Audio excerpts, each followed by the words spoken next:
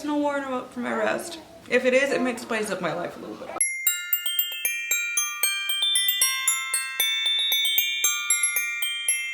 Hey guys, it's Zoe and welcome to the first day of Couchmas. Today I'm going to be doing my December TBR, but before I get into that, first of all, what the fuck is Couchmas? If you remember last year, I started doing this and stopped like 2 days into it because I had an 8-month-old, I think.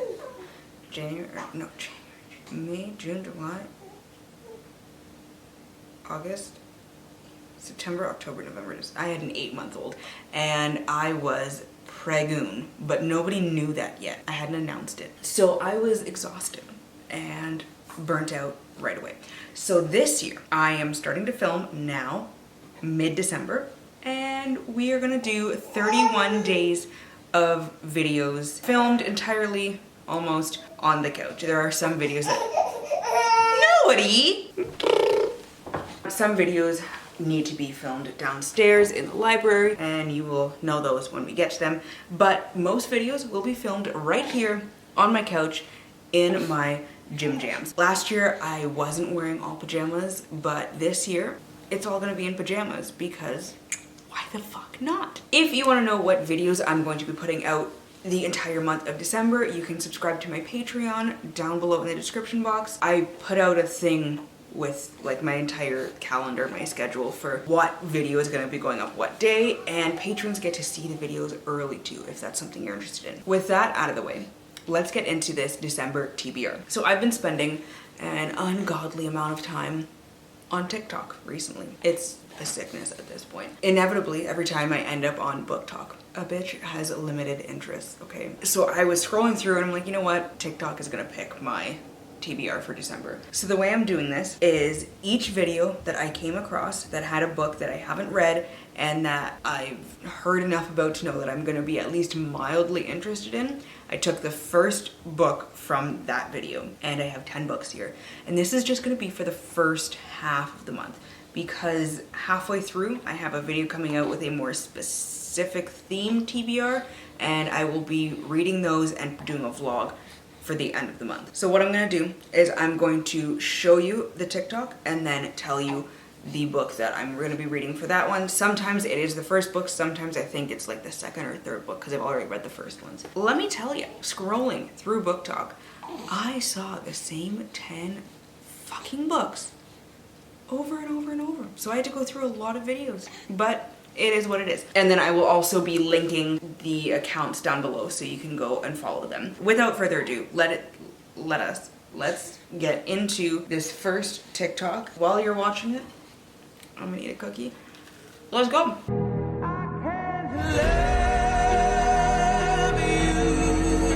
So the first book is Crier's War by Nina Varela. Full disclosure, I know very little about what each of these books is actually about. So this is going to be an adventure for all of us. And I don't own a single book that I picked out for this TBR. So my book haul is going to be huge for this one. And I'm totally fine with that. So Crier's War. What the hell is this about? War of Kinds? Is that supposed to say kings or is it actually kinds? After the War of Kinds ravaged the kingdom of Rabu, the Ottoman, designed to be the playthings of royals, took over the estates of their owners and bent the human race to their will. So Ayla, possibly Isla, a human servant rising in the ranks of the house of the sovereign, dreams of avenging the death of her family by killing the sovereign's daughter, Lady Crier. Crier, who was made to be beautiful, to be flawless, and to take over the work of her father.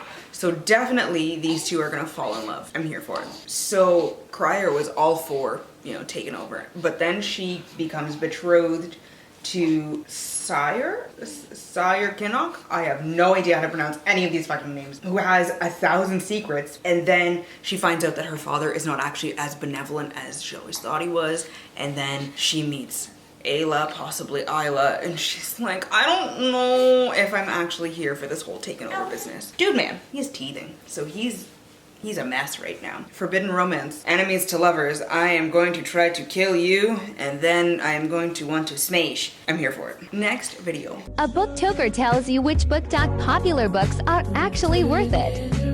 Definitely. Nobody. Wody. Yes, mama. So the book from this one is Midnight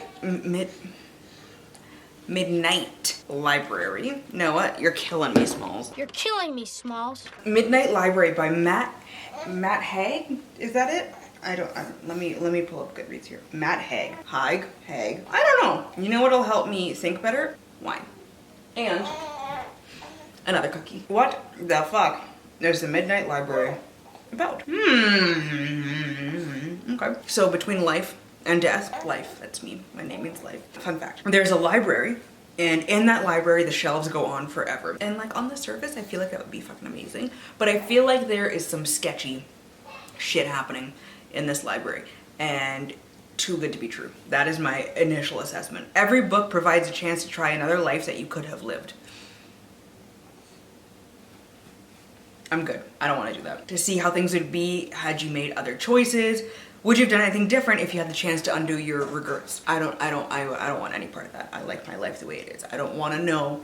I don't want to go change anything because then I wouldn't have my boysits and they're beautiful. So I don't want to change anything. And this is gonna make me anxious. I feel it. But you know what? I'm gonna try. Somewhere out beyond the edge of the universe, there's a library. Okay, I'm reading the same thing basically that I just read. Okay, here we go. Nora Seed finds herself faced with a decision. Faced with the possibility of changing her life for a new one, following a different career, undoing old breakups, realizing her dreams of becoming a glaciologist.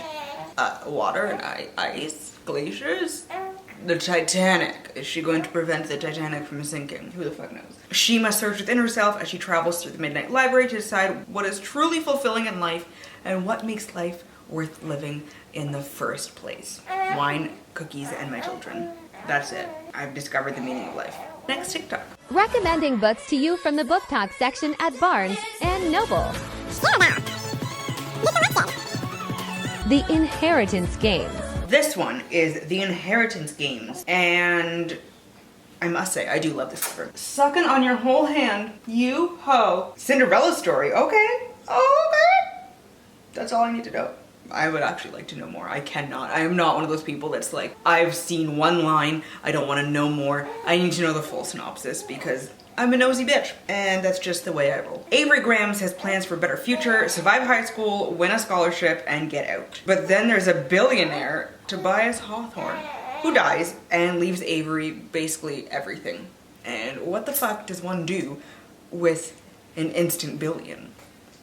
Buy books and tacos. But the catch, she has no idea who the fuck he is or why the fuck he did this. A little sketch. To me, it's kind of already seeming like those calls that I've been getting that there's a warrant out for my arrest because I had a package that they tried to send over the Canadian border and I'm assuming there was drugs in it. Like, bitch, I've never done drugs, okay? I haven't crossed the border or ordered something from America in a very long time.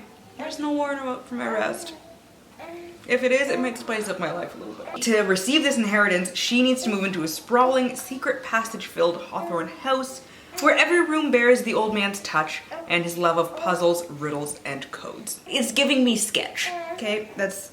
Unfortunately, the house is also occupied by the family that Tobias Hawthorne just dispossessed, including 4 grandsons. Dangerous, magnetic, brilliant boys who grew up with every expectation that one day they would inherit billions, and then this bitch comes in and she's like, mine now, bitches. Heir apparent Grayson is convinced that she must be a con woman and he's determined to take her down. Is this in a pants on or a pants off kind of way? His brother Jameson, however, views her as their grandfather's last hurrah. A twisted riddle, a puzzle to be solved. Oh, good lord, I guess. Is there going to be a love triangle with brothers as like point A and point C and she's point B in there and she's gotta like flip-flop in between them? Oh, we all know how I feel about love triangles. Love V's.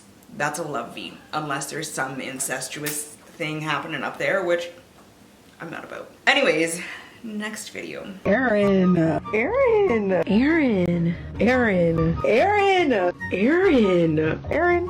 Blackford, everybody. This one is The Spanish Love Deception by Elena Armas. I have seen this several times and I'm always intrigued, but don't pick it up. So here I am, slapping myself in the face.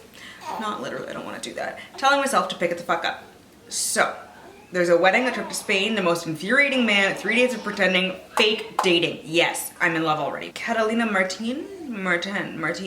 She's finally not single and her family's like, yes, thank fuck. They're happy to announce that she's gonna bring her American boyfriend to her sister's wedding and everyone's invited. And then she says that would certainly be tomorrow's headline in the local newspaper, the small Spanish town she comes from, or the epitaph on her tombstone. 4 weeks apparently is not a lot of time to find someone willing to cross the Atlantic from New York City to Spain for a wedding, but that's what Craigslist is for. Don't do it. I don't recommend. Not from personal experience, okay? Come on. And then on top of that, like, play along with the charade, it's impossible. But here is a 6'4", blue-eyed pain in her ass standing before her. Aaron Blackford shows up, the man whose occupation is, oh, Cardi.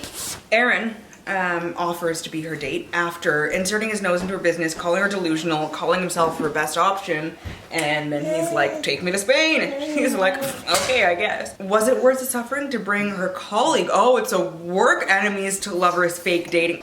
This book is perfect! Why have I not picked this up before? Was it worth it to bring him to her sister's wedding as a fake date? Or was she better off coming clean? Obviously fake dating, because there's likely gonna be like a one-bed situation.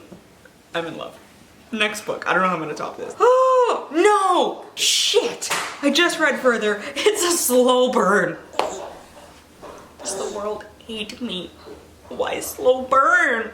No, I want to take the pants off in the first 5 pages. Like, beautiful bastard. That's the turning point in my life. Anyways, next book.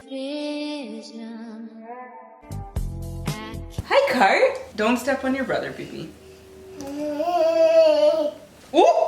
Next up, another romance. The Off Limits Rule by Sarah Adams. Hi, beautiful boy. I don't know what her name is. It's not actually mentioned on here. Our heroine, she has found rock bottom by moving in with her older brother because she's too broke to afford to live on her own.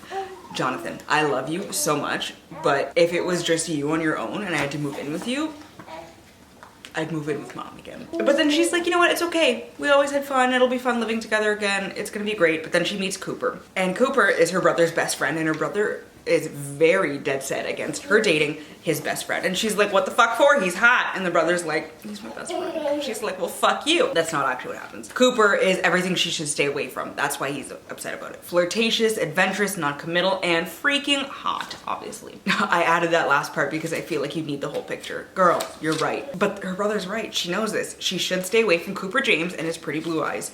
He's the opposite of what she needs right now. And then she's like, who the fuck am I kidding? I'm going after him. I support it. Closed door romance! God damn it. The world is devastating me.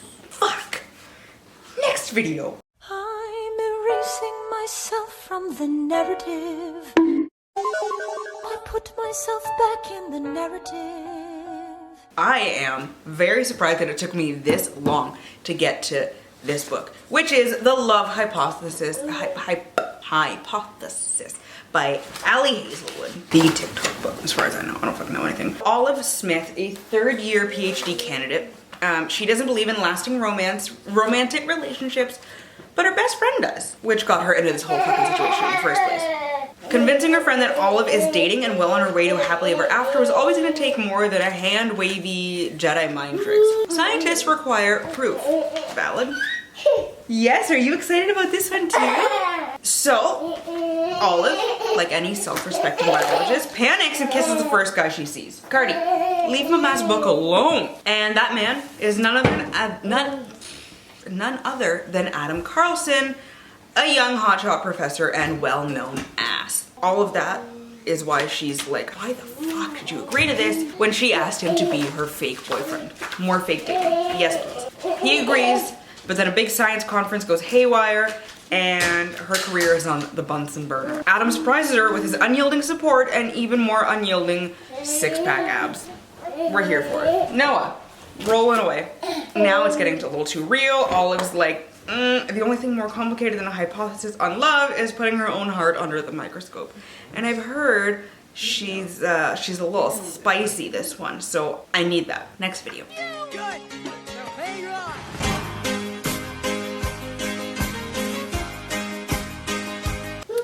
So this one was supposed to actually be for my vlog later on. Don't look right at me. This is so creepy. Kurt's sitting right over there, staring at me. This is so uncomfortable.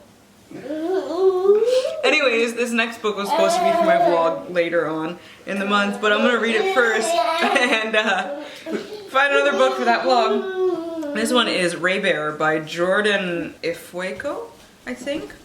I have never heard it pronounced. I will look that up later on. Tarisai has always longed for the warmth of a family. She was raised in isolation by a mysterious, often absent mother known as only the Lady, who sends her to the capital of the global empire of Aritsar, I think, to compete with other children to be chosen as one of the Crown Prince's Council of 11. If she's picked, she'll join the other council members through the Ray, a bond deeper than blood. Cardi, that's not your okay, thank you, I love you. That closeness is irresistible to her, so she's like, yes, I'm gonna do this. But the lady has other ideas, including a magical wish that she's compelled to obey. Kill the crown prince once she gains his trust. She's like, I'm not gonna stand by and become your pawn, but what other fucking choice do I have? Am I strong enough to choose a different path? Tyson, a fucking bull in a china shop. These children, I love you so, so much.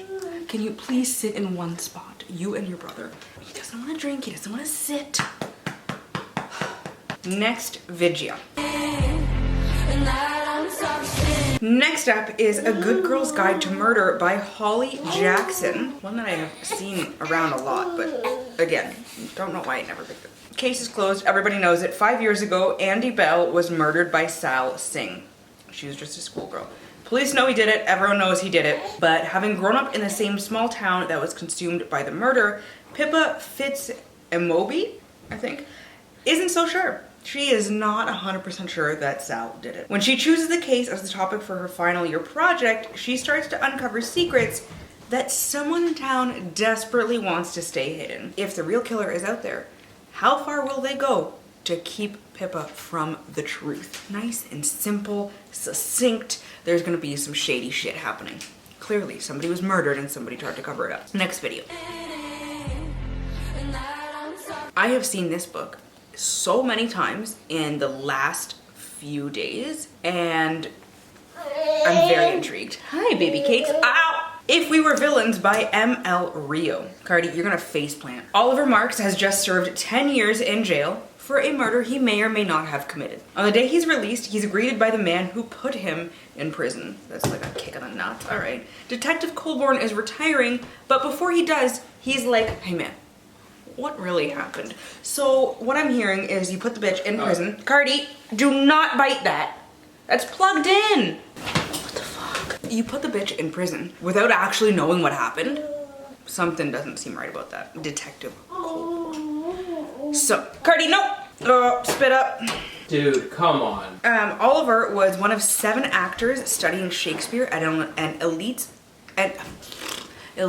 arts college. Oliver and his friends play the same roles on stage and off. Hero, villain, tyrant, temptress, ingenue, extra. But when the casting changes and the secondary characters usurp the stars, the plays spill dangerously over into life and one of them is found dead. The rest face their greatest acting challenge yet, convincing the police and themselves that they are blameless. Yes, the English major in me, former English major, is just riveted. Last video.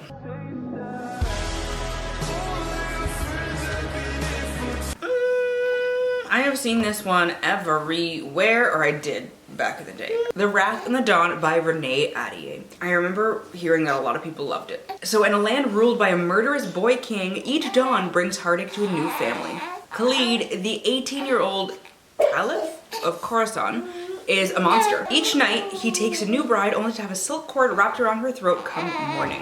When 16-year-old Sharzad, her dearest friend, falls victim to Khalid and she vows vengeance and volunteers to be his next bride because she's gonna kill the bitch.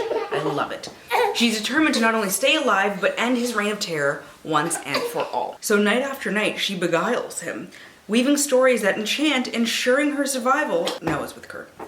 Now he's settled. Rude. It's fucking rude. Yes, so she's telling him stories every night, ensuring her survival, knowing that each dawn could be her last. But she's like, I'm doing this. I am avenging my friend. But then Obviously, she finds out that he is nothing like what she imagined him to be, and she falls in love. He's a boy with a tormented heart. And yes, incredibly, she finds herself falling in love. How is it possible? It's an unforgivable betrayal. Still, she comes to understand all is not as it seems in this palace of marble and stone. She resolves to uncover what secrets lurk and, despite her love, be ready to take his life as retribution for the many lives he's stolen. Can their love survive this world of stories and secrets? I'm gonna go ahead and assume yes. Anyways. Hi, beautiful. That is the last of these 10 books that I'm going to be reading before like the 15th of December. Hopefully reading before then. Let me know down below in the comments if you've read any of these, if you think I'm going to like them, if you know anything about my reading taste, what you thought about them, or if that's just too much or you don't have a lot of time, drop some hearts down below, preferably purple ones because that's my favorite color. As always, to stay updated with my current reads. Ow, Carter! To stay updated with my current reads and how I'm feeling about them, you can follow me on Instagram, Twitter, and Goodreads, all at Zoe's All Booked, which I will leave linked down below in the description box, along with a link to my Patreon, again, if you want to see what's happening this month ahead of time, or you want to see the videos before they actually come out. I will be actually revamping my Patreon soon. Not 100% sure what the tiers are going to look like yet, but I want to do something with writing in there as well. Thank you all so much for watching. If you like this video, please give it a thumbs up, subscribe, and share the video, and I hope you all have a wonderful day and get at least a little bit of uninterrupted reading time.